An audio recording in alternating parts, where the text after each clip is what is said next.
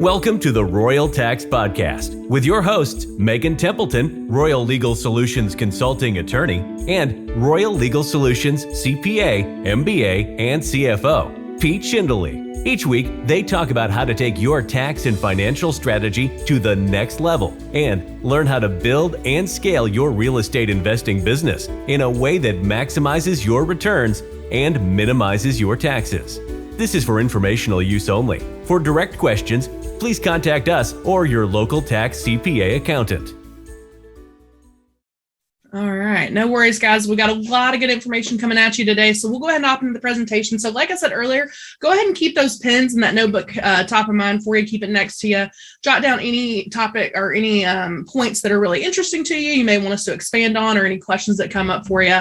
And then we'll tackle those in the Q&A section here at the end. But with that being said, Pete, I'll go ahead and hand it off to you, bud. How about now? Am I good? Fantastic. All right, thanks. So the home office deduction is primarily used when you're kind of a sole proprietor or you're an LLC taxed as a sole proprietor, because when you use those two forms, you're able to file on a Schedule C, which is kind of a personal return, and that's where your home office deduction will get. You'll enter it on a different form, but it'll end up on that Schedule C form, which will lower your taxable income. And the idea is to kind of lower your taxes. So to qualify for a business use of a home office, there's 4 general tests that you got to use. The first test is exclusive use test. So that would be, in really simple terms, I have a room in my home that I only use to do work in. So that's kind of what they mean by exclusive use. The other is a regular use test. So it's you actually go to that room and you actually perform work in it on a regular basis. So you can't just say, this is my office that I use for work, but never enter it. You actually have to kind of use that space that's exclusive regularly. The third kind of high level test is the business you're running out of your home office is got to be a trade or business. And usually those are for-profit ventures. So that's the third one. And then the fourth is kind of a principal place of business. That's where you're mainly running your business out of. You can also have like an offsite location as well, and we'll get to that a little later in the presentation. But those are the main 4 tests that you have to qualify for to use a home office. So I know earlier someone said they didn't qualify it per their CPA. That could be the case if you didn't pass those 4 tests. And then kind of going more into how you deduct it, there's 2 ways you can deduct your home office. There's like a standard deduction, which allows you to deduct $5 per square foot up to 300 square feet. That's just a real simple form that you fill out and calculation. But most people do the regular home office deduction because it allows them to write off more of the cost of working at home, which then lowers their taxable income. And most people use the percentage of the office over the square foot of the house. So let's say you have a 2,000 square foot house, your office is 500 square feet. You would just take the 500 divided by the 2,000. In essence, 25% of your house cost is what you would expense as your home office. So 25% of your mortgage, 25% of your utilities, 25% property taxes, all that would get allocated to your home office. Another way individuals have done it is if they have a house where rooms are similar size and you have about 8 or 10 rooms that are similar sized, they would then do maybe one room out of the 10, which would be a 10% cost. So depending on how your house is set up, you would probably want to use one of those 2 methods, but usually the square foot and by percent is the method that we recommend. And what's nice about that one is, depending where you live, that could be a substantial deduction that you take off your business and take off your income that's not taxable then. Excuse me. So, and you'll hear that as kind of the regular method. when you look online. So what can you kind of expense doing your business use at home? Again, real estate taxes, mortgage interest, the property tax for the homeowners, heat, gas, electricity, pretty much everything you're paying now, you're able to at least offset some of that cost onto your business to lower your income. So it is pretty beneficial.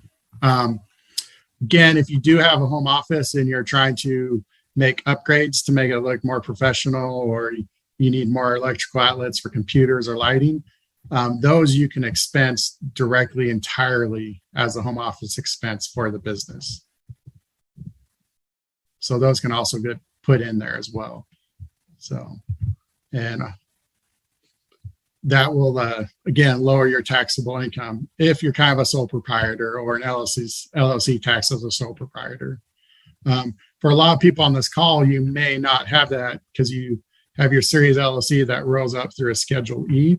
So what we have seen some people do is they'll set up a operating or management company, which I think we've talked about in previous episodes for the 401k, and they'll pay management fees to the other entity or other business that's a for-profit business, but that for-profit business is managing and advising your rentals.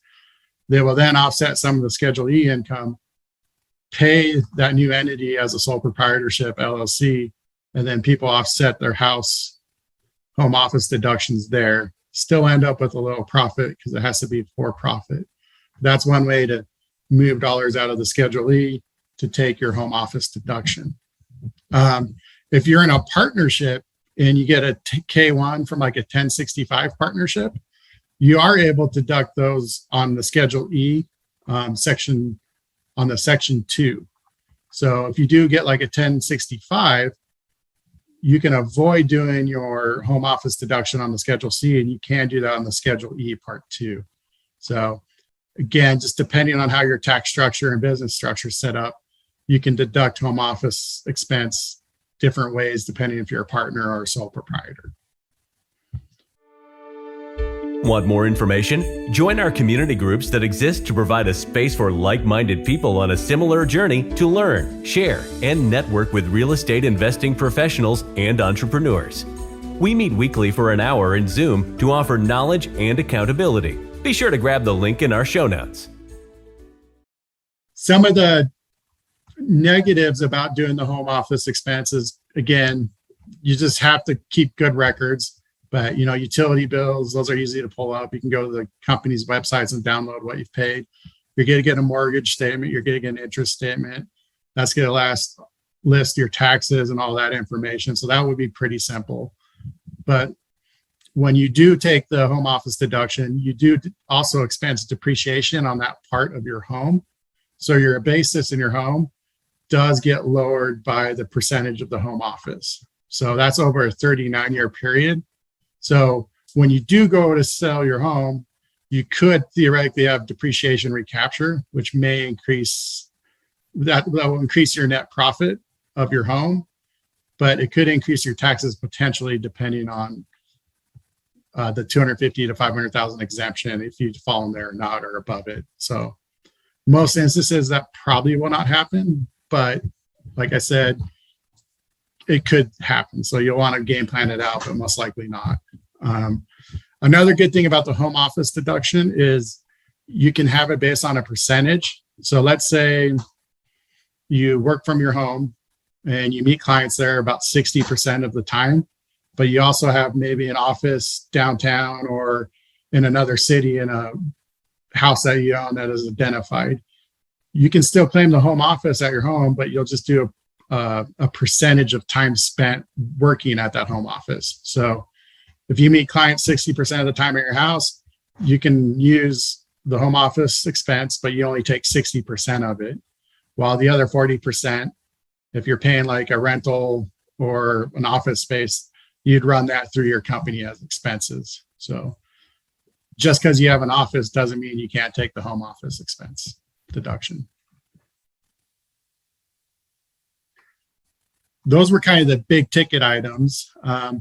One negative also is, it's not a negative, but you can't deduct the whole amount. So let's say you add up all your utilities, you add up all your mortgage payments, taxes, and insurance, and let's say your office deduction percent-wise is $5,000.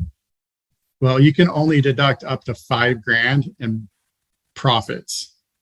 So if you only had $4,000 in profits, you can only use that $4,000 deduction. But if you had $6,000, you can take the whole $5,000. So in essence, you can make the home office have your income be zero, but it can't go negative. There is a carry forward for that home office deduction though. So let's say your income was only $4,000, but you could expense $5,000. You only expense $4,000, and that $1,000 is carried forward to future years. So.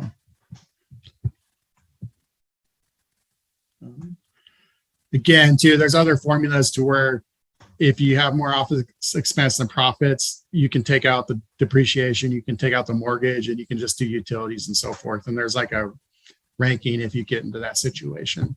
So I personally like the home office deduction because I'm able to lower my tax rate. So I'd recommend it if you can follow those 4 criteria that we mentioned above. And, you know, there's kind of online, you can download a worksheet that kind of shows you what you want to track, and you can put items in. You can do it in Excel. It just depends kind of on how technological advanced you are. But again, it's just those 4 main items for the home office. And for the real estate investors, you're probably are going to be more towards setting up that separate entity and management company, which would be a good idea to set up to run full solo 401k stuff too through as well. So if you're a corporation, if you're an S corp, or if you're an employee, you're not able to take the home office deduction.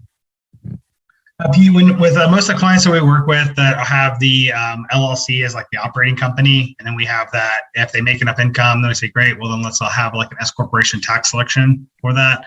But that their asset holding company is a disregarded entity, like where would they take that home office deduction? And then how simple is that paperwork in doing that calculation? Because I think you can do like the standard, right? But then there's also like some pen and pencil. But my understanding was that it was actually pretty simple to do. So I was wondering if you could walk through us that as like, how simple is it really to do it? And then with our typical structure that we're setting up for clients, like where would they typically take that deduction through? Yeah. So what they would want to do is in their series LLC, they'd want to set up their operating company that was for profit, that is a business they could run for profit, and then they could put that through the Schedule C. And then your properties would flow up through the Schedule E. Okay. And then from there, sorry, go ahead. Yes, so simple enough. It's very simple on that, especially just if you have clear documentation, your tax preparer should be able to follow that.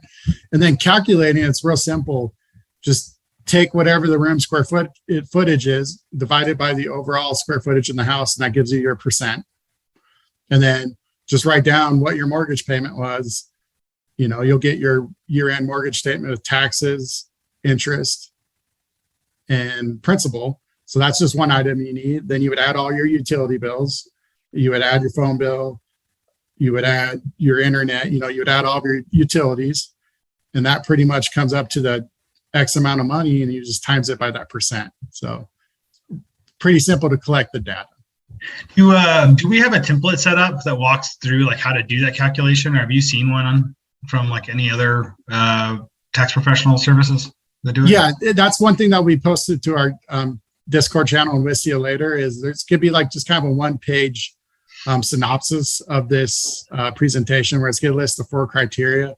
We'll put on it kind of like a tax worksheet that shows kind of step 1 through 10 on what you're going to want and how to calculate it. So that will be coming after this presentation. Ooh, man, got to be in the Discord channel if you want the goodies.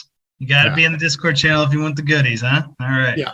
The reason we didn't show it during this is we figured we'd get some questions that we could add and specialize it to that, because as a group, you know, we're all kind of learning more and sharing experiences. Awesome. Love it. Thank you for listening to the show today. If you're feeling overwhelmed with taxes as they relate to your real estate business and investments, or you're unsure if you're doing your accounting correctly, fill out our 5-minute quiz. With the information from this quiz, you'll schedule a meeting with a Royal Legal Solutions advisor who will provide you with powerful tax-saving strategies on your first call. Go to www.royallegalsolutions.com/tax to fill it out.